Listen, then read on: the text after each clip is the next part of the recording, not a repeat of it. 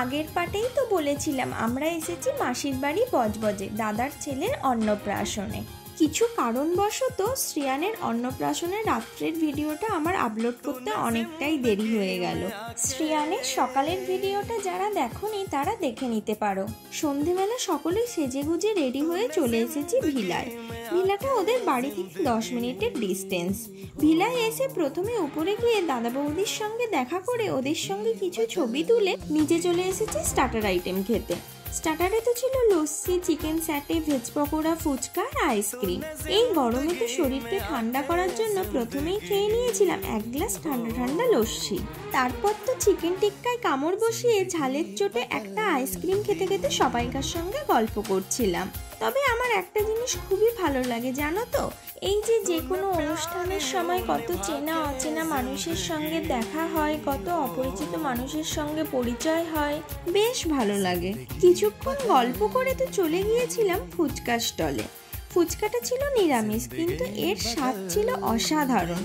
আর ফুচকা যেমনই হোক না কেন, এটা খেতে আশা করি সকলেরই খুব ভালো লাগে। ফুচকা তো হলো বাঙালিদের একটা ইমোশন। আমার মতো ফুচকা প্রেমী কারা কারা আছে অবশ্যই কমেন্ট করে জানিও। স্টার্টার খেয়ে তো আমরা উপরে চলে গিয়েছিলাম। আমরা নিজেরাই বোনেরা মিলে কিছু ফটোশ্যুট করে নিলাম। সবাই মিলে গল্প করছিলাম, অন্তাক্ষরী খেলছিলাম, খুব আনন্দ করেছি।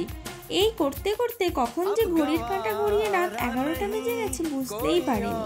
যাই হোক, অনেক রাতও হয়ে গেছে, আমাদের সবার খিদে পেয়ে গেছে।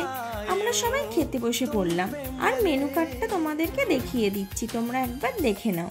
প্রথমে তো কাসন্দি দিয়ে ফিশ ফ্রাইটা খেয়ে পরপর একে একে খেয়ে নিয়েছিলাম মশলা কুলচা, পনির, জিরা রাইস, মাছ, আর তো ছিল নরম তুলতুলে মাটন। প্রতিটা খাবার দাবারই তো ছিল খুবই সুন্দর, সাথে সমস্ত কিছু পরিবেশনা খুবই ভালো। আর লাস্ট মাথে তো মিষ্টি, পায়েস, আইসক্রিম সমস্ত কিছুই ছিল।